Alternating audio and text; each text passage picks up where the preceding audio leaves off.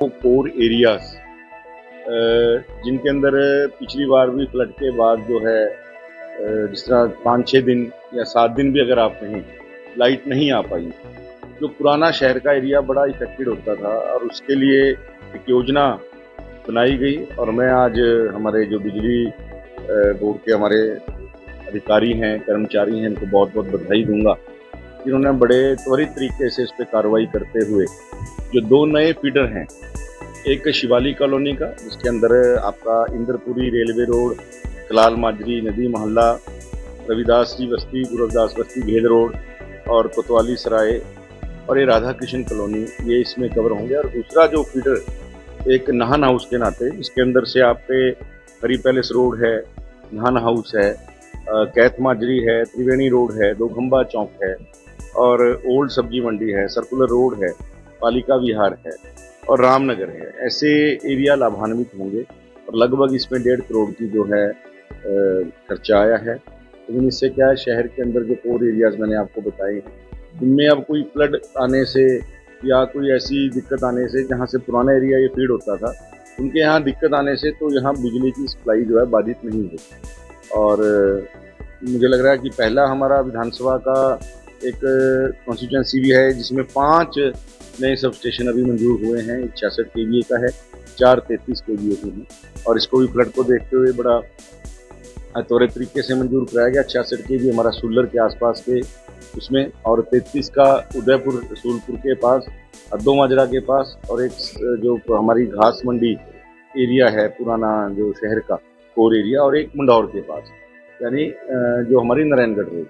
तो ऐसे 4 33 kVA के भी हमारे जो हैं सब स्टेशन पास हुए हैं 66 kVA का।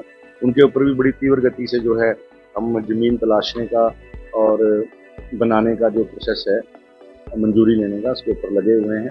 और उम्मीद है कि इन सब कामों के होने के बाद पूरी विधानसभा के अंदर बिजली की जो सप्लाई है वो बाधित नहीं होगी, वोल्टेज की समस्या नहीं आएगी।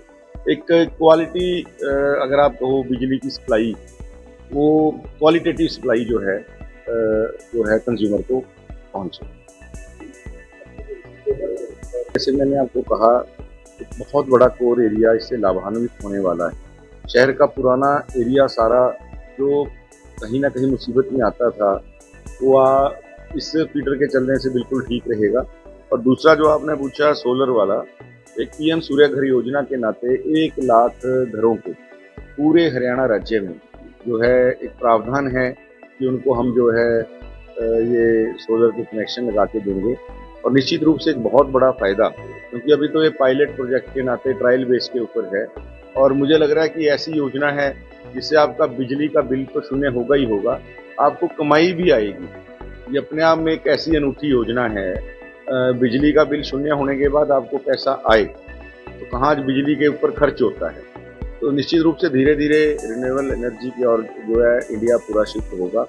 और माननीय मोदी जी का और आदरणीय नायब सिंह सैनी जी का, और अब तो हमारे जो पूर्व में मुख्यमंत्री रहे, आजकल केंद्र में उनके एक्सपीरियंस को देखते हुए जिस प्रकार से उन्होंने एक शानदार काम यहाँ बिजली के क्षेत्र में हरियाणा में किया, जो घाटे में बिजली बोर्ड होता था कभी, आज उसको इतने फायदे में लाके खड़ा किया है।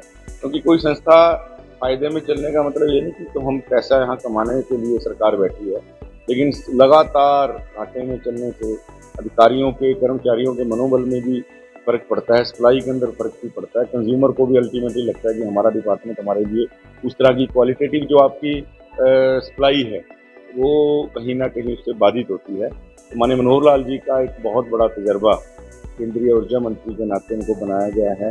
हरियाणा में भी हम उनका पूरा लाभ लेंगे, उनका आशीर्वाद रहेगा और पूरे भारत के अंदर भी जो है उनके तजर्बे का लाभ मिलेगा। सर देखा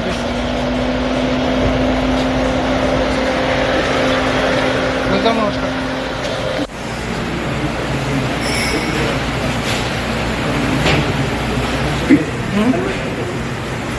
बोलिए सुखबीर जी।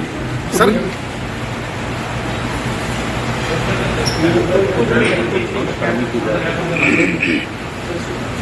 सर बोल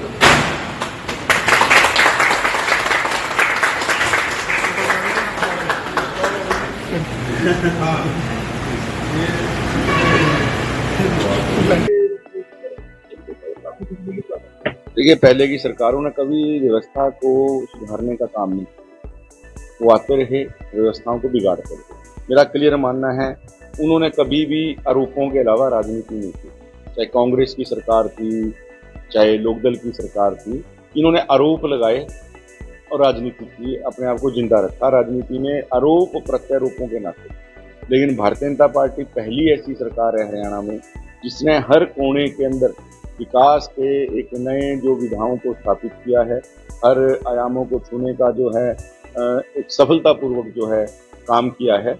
और आज आदरणीय नायब सिंह सैनी जी के नेतृत्व में हरियाणा जो है एक नए कीर्तिमानों को छू रहा है। तो दुष्यंत जी की खुशफहमी है और रही सही खुशफहमी अब विधानसभा के चुनावों में निकल जाएगी। दुष्यंत जी मेरे मित्र हैं, अच्छे साथी रहे हैं। मैं उनको सलाह देना चाहता हूँ कि हमारे यहाँ एक सिस्टम है, हमारे यहाँ पार्टी एक छोटे से कार्यकर्ता को कहाँ से कहाँ उसकी मेहनत के बूते के आधार पे बिठा देती है और उसकी काबिलियत के आधार के ऊपर। आदरणीय Nayab Singh Saini ji as a chief minister उसका सबसे ज्वलंत उदाहरण है और मनोहर लाल जी भी उसका सबसे ज्वलंत उदाहरण थे। मनोहर लाल जी को भी कोई मैं कहूँगा विरासत के अंदर राजनीति नहीं मिली, तो दुष्यंत जी को राजनीति इसलिए आसान लगती है, उनको विरासत में राजनीति मिली।